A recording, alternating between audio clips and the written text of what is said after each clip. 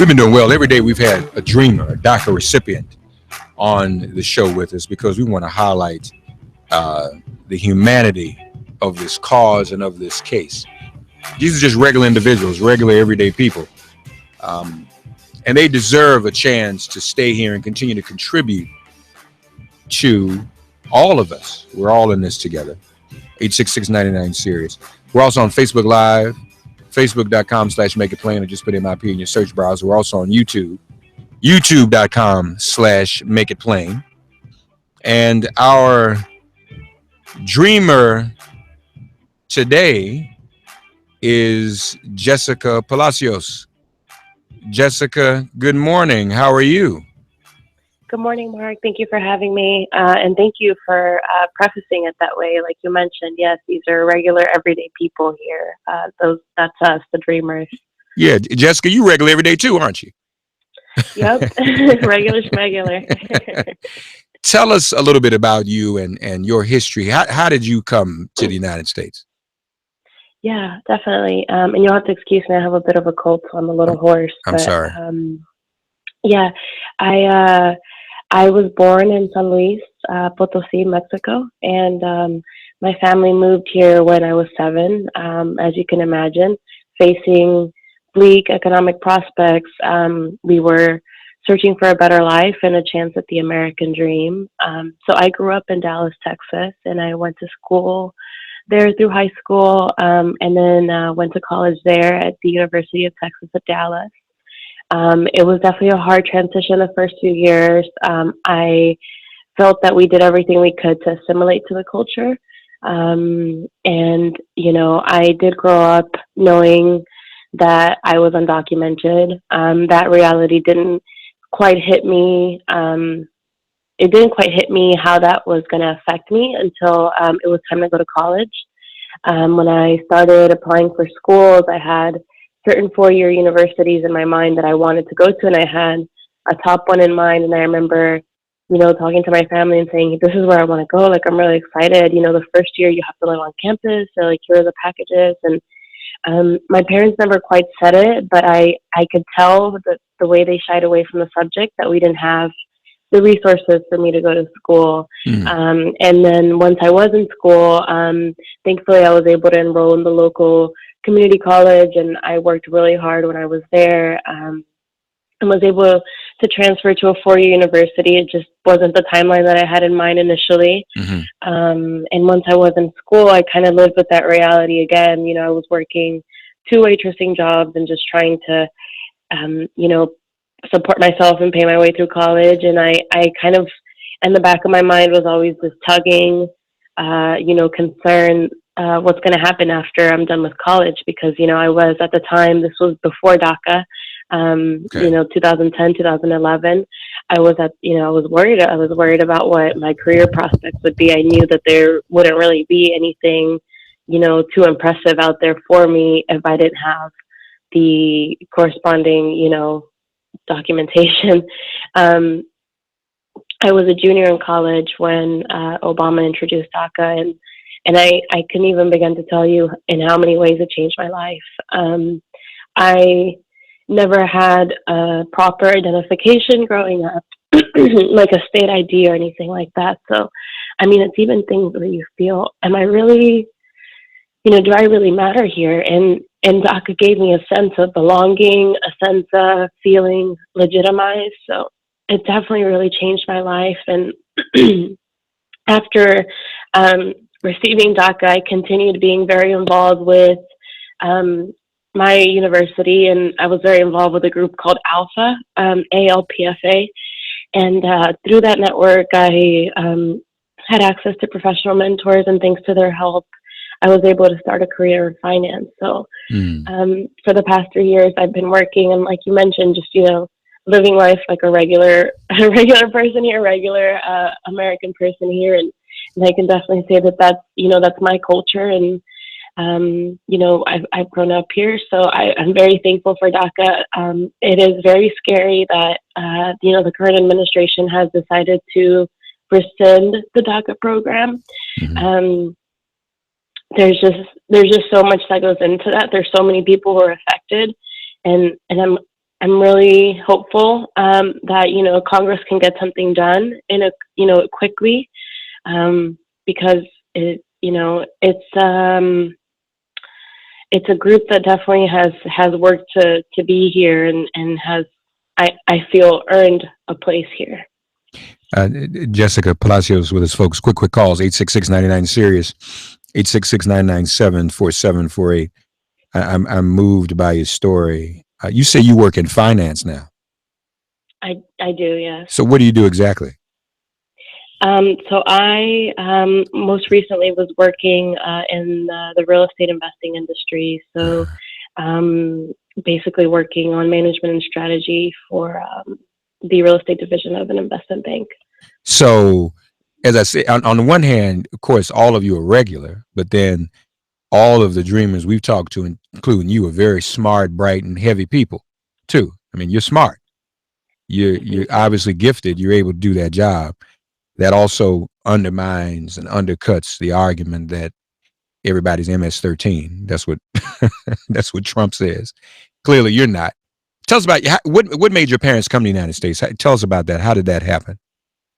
Yeah, I think overall they really were finding it hard to make it in Mexico, and I think they wanted a chance to give me and my younger sibling a chance at something better, a better life. They really stressed education once we were in the country. They always told us that was going to be our key to basically economic independence. So I'm very grateful for them that they made the decision to come here, because my life would be very different if I had not grown up in this country.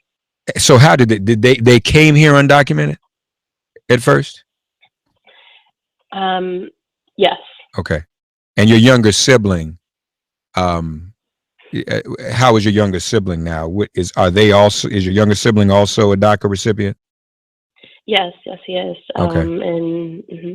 So when does your DACA status expire, and are you at all eligible to reapply under the new ruling? Yeah, I'm actually not eligible to reapply before October 5th. Okay. I want to say it's everybody whose DACA expires before March 5th, and mine actually expires after that. So it's very scary. A lot of people are going to start falling out of status as soon as next year, March 6th, if something doesn't get done. Yeah.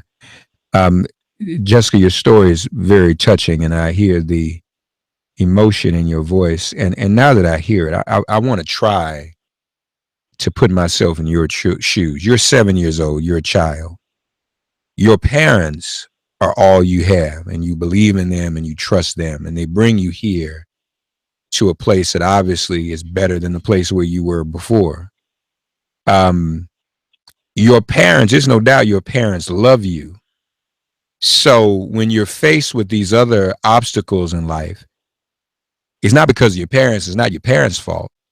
It's because somehow in this country, we haven't figured out a way to accommodate and accept and create a path to citizenship for young people like you who have something to give.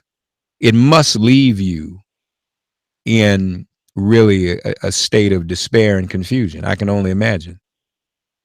Definitely, yeah. And I think that's a common misconception that especially for those of us under DACA, that we can just join the line and apply for citizenship. And unfortunately, there are a lot of very rigid rules that prevent us from being able to do that. I can't describe to you enough how much, if Congress can't figure out some sort of plan or pass some sort of legislation, this will really throw my life into disarray. It would just throw my career off the trajectory that it's on now. And more importantly, I have family that I can gladly help and support now, and that would be, another impact that this would have. And you have a good job. I mean, that's the other thing too. We're learning, as we've been talking to some of you who are the dreamers, we're learning that the path to citizenship is costly even. costs money. Definitely. You have a job. So if you wanted to help your parents or your siblings somehow, that costs money. You have a job that can support them, that can help them get on the path to citizenship, as a matter of fact. Definitely. So it's not just a loss. And America, isn't it, Jessica? America's the only country you know, isn't it? Yes. I have very limited memories of my time in Mexico, and I can tell you that my most vivid, my most happy memories include growing up here in the United States. I mean, everything from wearing the Old Navy T-shirts every 4th of July to going to Six Flags every summer. It's all here. Yeah, yeah. Well, folks, here Jessica is just another example of a very decent and bright young person, and who's got something to give, who's been giving. She pays her taxes, and I always remind people, Jessica, that when you all have taxes withheld and goes in Social Security, that our Social Security system is set up as pay as you go. So people, those of us who are putting in now are helping those who are already getting their Social Security money. So you all being here helps keep Social Security active for those who are benefiting from it right now today. So it's not as if you're making no contribution whatsoever. You're a part of this you're a part of this economic environment. And you know, wait a minute, I'm talking to the finance investment banker, right? You know that more than me, don't you? No, I totally agree with you. And I mean, I think that's another common misconception is that a lot of what I hear, maybe from pundits on TV is that, we're maybe using resources or social services and benefits when in reality that's not available to documented under DACA or undocumented people, because the DACA status very clearly states that you are not eligible for any type of social benefits that citizens are eligible for. Yeah. And similarly, neither are undocumented people. And yes, you're right. I have paid my taxes even before I had DACA. Yeah. I was paying my taxes, filing once a year, and, also having, a nice little chunk taken out of my check every time, for like you mentioned, Social Security. Yeah. So and let me ask another question. I hate to be insensitive, and again, your emotions touch me. You're going to get my waterworks going in a minute. So let me just try to maintain my composure. So you and your sibling applied for DACA, which means I'm not crazy about this phrase, but they say out of the shadows. You never were in the shadows. It's not like that. That's somewhat subhuman terminology to me too, but for lack of a better one right now. Come out of the shadows and you expose yourself. Now, it to me, it seems a little bit troubling and maybe unfair that those of you who had the courage to come out, to have faith in the government, faith in the system, faith in this country, and expose yourselves that way, would be then the ones that would be punished first. Because we know that there are others who did not come out of the shadows. They weren't eligible to anyway, because of age and circumstance, who may be able to continue to stick around. But those of you who are really working, living up to the DACA guidelines, making a contribution, would be the ones targeted. That's a little bit unfair to me. Is it to you? Yeah, definitely. I mean, I think there are a lot of questions about how our information will be used, after this 6-month,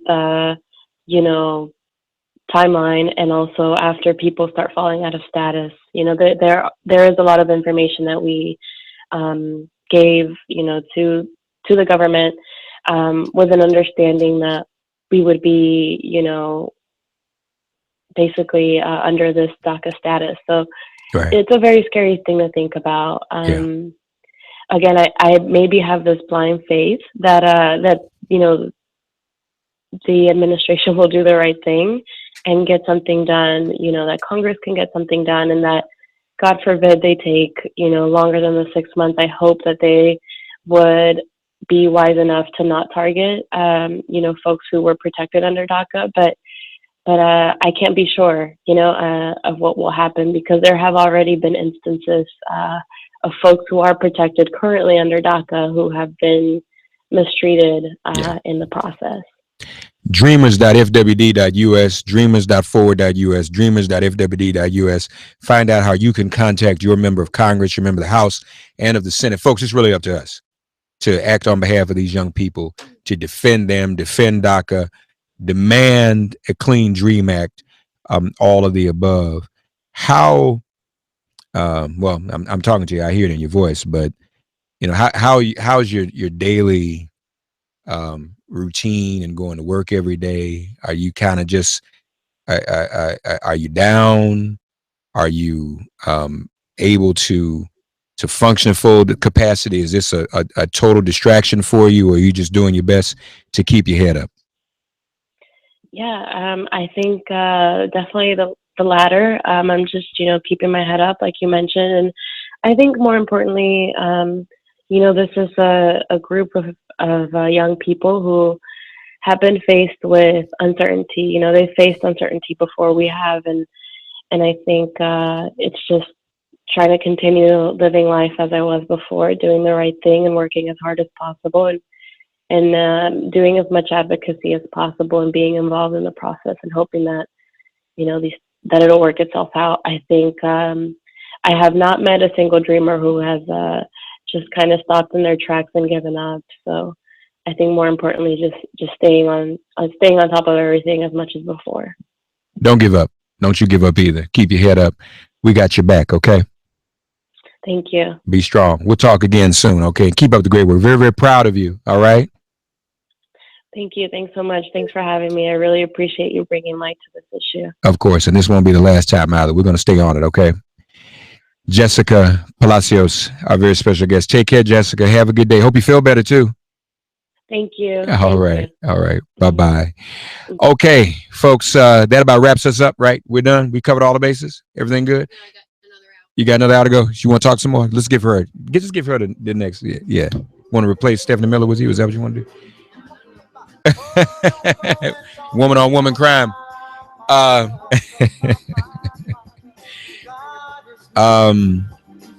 Perform an act of kindness on behalf of another young person. Respect, honor, and protect all of the women. Write a letter to sister, brother, just so happens to find her himself incarcerated. Offer libations to the ancestors upon these 30 shoulders. We all now stand, and those eternal vigilance we humbly aim to emulate. And above all, give thanks to the God of your understanding. It has been made plain. Yes, we give each other love. Oh yeah. Don't go and talk about my father. 'Cause God